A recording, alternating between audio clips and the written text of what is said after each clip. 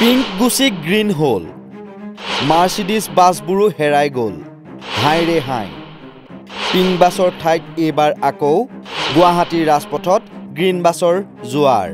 হয় এতিয়া আপুনি গুৱাহাটীৰ ৰাজপথৰ যি দিশে চকু নুফুৰক কিয় দেখিবলৈ পাব সেউজীয়া ৰঙৰ ইলেক্ট্ৰিক বাছসমূহ নৱবৰ্ষৰ প্ৰথম দিনটোতে গুৱাহাটীৰ ৰাজপথত চলাচল কৰিবৰ বাবে মুখ্যমন্ত্ৰী হিমন্ত বিশ্ব শৰ্মাই টাটা কোম্পানীৰ 200খন ইলেক্ট্ৰিক বাছ মুকলি কৰি দিয়ে মহানগৰবাসীৰ বাবে পাছে এই বাছসমূহৰ আয়ুস কিমান দিনলৈ গুৱাহাটীৰ ৰাজপথত দেখা পাব এইসমূহ bus pink bus Volvo Mercedes বাছৰ দৰেই অৱস্থা হ'ব নেকি এই গ্ৰীণ বাছসমূহৰ এই প্ৰশ্ন এইবাবেই হৈছে কিয়নো মহিলা বয়োজ্যেষ্ঠ লোকৰ সুবিধাৰ বাবে 2021 চনৰ 10 জানুৱাৰীত সেই সময়ৰ মুখ্যমন্ত্ৰী সৰ্বানন্দ সোণোৱালে মুকলি কৰিছিল 25খনকৈ গুলপীয়া বাছ প্ৰায় 148 কোটি টকা ব্যয় সাপেক্ষে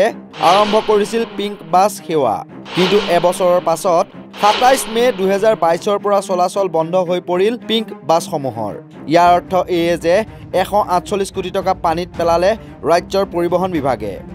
বিভাগৰ জুৰুলা অৱস্থাৰ বাবে 25খন পিংক বাছ চলাব নোৱাৰিলে আৰু এতিয়া 200খন ইলেক্ট্ৰিক গ্ৰীণ বাছ চলাব পাৰিব নাই সেয়াও সন্দেহৰ আৱৰ্তত 2021ৰ বিধানসভা নিৰ্বাচনত পিংক বাছেৰে চমক 24ৰ লোকসভাৰ পূৰ্বে গ্ৰীণ বাছেৰে চমক নেকি হিমন্ত বিশ্ব শৰ্মা চৰকাৰৰ ঠিক সেইদৰে কেৱল চমকৰ বাবে প্ৰায় এবছৰ চলাই গুৱাহাটীৰ ৰাজপথৰ পৰা হৰলুকি হ'ল শীততাপ নিয়ন্ত্ৰিত ভলভো আৰু মাৰ্চিডিজ বাছসমূহ সূত্ৰ অনুসৰি সেইসমূহ ছাৰ্ভিচিঙৰ অভাৱত টায়াৰ বেয়া হোৱাৰ বাবে বা ইঞ্জিনৰ বিসংগতিৰ বাবে ৰূপনগৰতে পৰিত্যক্ত অৱস্থাতে আছে তাৰ পাছতো ডিজেল চালিত চিটি বাছৰ সলনি 200খন ইলেক্ট্ৰিক বাছ চলাই চমক সৃষ্টি কৰিব বিচাৰিছে ৰাজ্যৰ পৰিবহণ বিভাগে দৰিদ্ৰতা ঢাকি নিজৰ কমিছনৰ অংকত চমক সৃষ্টি কৰিবলৈকে এইবোৰ কাম কৰে নেকি হিমন্ত চৰকাৰে ক্ষুদ্ৰ ব্যৱসায়ীক হতাশগ্ৰস্ত কৰিছে হিমন্ত বিশ্ব শৰ্মাৰ চৰকাৰে গ্ৰীণ বাছৰ অচিলাৰে পেটে ভাতে মাৰিব নেকি ব্যক্তিগত ডিজেল চালিত চিটি বাছৰ মালিকক নিজৰ মুনাফাৰ বাবে কেৱল চমক দিব বিচৰাৰ অভিযোগ তুলি হিমন্ত বিশ্ব শৰ্মা চৰকাৰৰ বিৰুদ্ধে ক্ষোভ উজাৰিলে মহিলা প্ৰদেশ কংগ্ৰেছৰ সভানেত্ৰী মীৰা বৰঠাকুৰে চিটি বাছৰ মালিকসকলৰ আজি অৱস্থা কি হ'ল সকলো চিটি বাছৰ মালিকে এই গ্ৰীণ বাছবিলাক চলাবৰ সুবিধা পালেনে তেওঁলোকৰ পুৰণা বাহনবিলাকৰ এতিয়া অৱস্থা কি হ'ল সকলো চিটি বাছ চালকক মানে আকৌ এই গ্ৰীণ বাছত অন্তৰ্ভুক্ত কৰা হ'লনে নে হিমন্ত বিশ্ব শৰ্মাৰ নখদৰ্পণত থকা কেইজনমান মানুহে নিজৰ কেইটামান সুবিধা কৰি নিজৰ কেইজনমান গাড়ী চালকক তাত মানে মকৰল কৰাই বাকী গোটেই কথাবিলাক বালিত পৰি গৈছে সবকা সাথ সবকা বিকাশৰ কথা কয় চৰকাৰে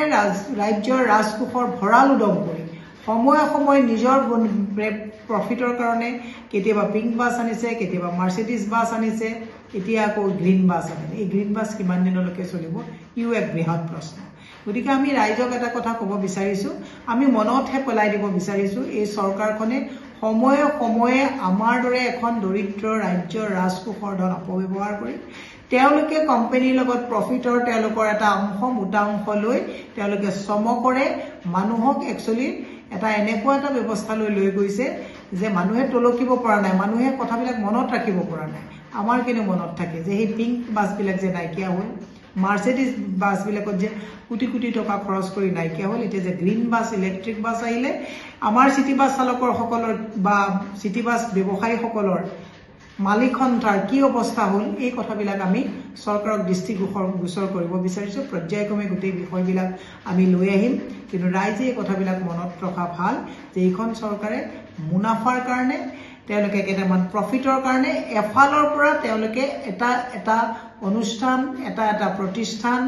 এজন ক্ষুদ্ৰ ব্যৱসায়ী যোনে ঘৰখন চলাই আছে সকলোকে তেওঁলোকে এফালৰ পৰা কিন্তু হতাশগ্ৰস্ত এটা পৰিৱেশলৈ লৈ গৈছে পৰৱৰ্তী সময়ত আমি কথাবিলাক কম কিন্তু এই যে গ্ৰীণ বাছ কিমান দিন চলে ইয়াৰ কিমান অংক কৰা হ'ল ইয়াত আজি যিবিলাক বাছ সন্থা আছে এই সন্থাবিলাকে আমি আশা কৰিছোঁ সকলো যিখন 200খন বাছ ড্ৰপ কৰা হ'ল কাৰ বাছ ৰখোৱা হ'ল আৰু কাৰ বাকীবিলাকৰ মানুহৰ মানে আপোনাৰ অৱস্থা এতিয়া সংকটজনক আৰ্থিক অৱস্থালৈ গুচি গ'ল এই কথাবিলাকত নিশ্চয় চিটি বাছ সন্থায়ো বা বাছ মালিক সন্থায়ো মানে প্ৰশ্ন উত্থাপন কৰিব চৰকাৰক তাৰে আমি দৃষ্টিগোচৰ কৰিম আৰু চৰকাৰক আমি বিনম্ৰভাৱে অনুৰোধ কৰিছোঁ যে সবকা সাথ সবকা বিকাশ কৰা চৰকাৰে এই কথাবিলাকত অলপ মনোনিৱেশ কৰিব পিংক বাছ ভলভো মাৰ্চিডিজ বাছৰ দৰে অতীত হ'ব নেকি গুৱাহাটীৰ ৰাজপথত দপদপাই চলি থকা এইকেইখন গ্ৰীণ ইলেক্ট্ৰিক বাছ অতীতৰ কিছুমান উদাহৰণৰ বাবেই এই প্ৰশ্নৰ সূচনা হৈছে সচেতন মহলত। ভিডিঅ' জাৰ্নেলিষ্ট মিন্ময় বড়ো আৰু ভিডিঅ' এডিটৰ ৱাৰীৰ সহযোগত কল্পজ্যোতি শইকীয়াৰ প্ৰতিবেদন নৰ্থ ইষ্ট নাও।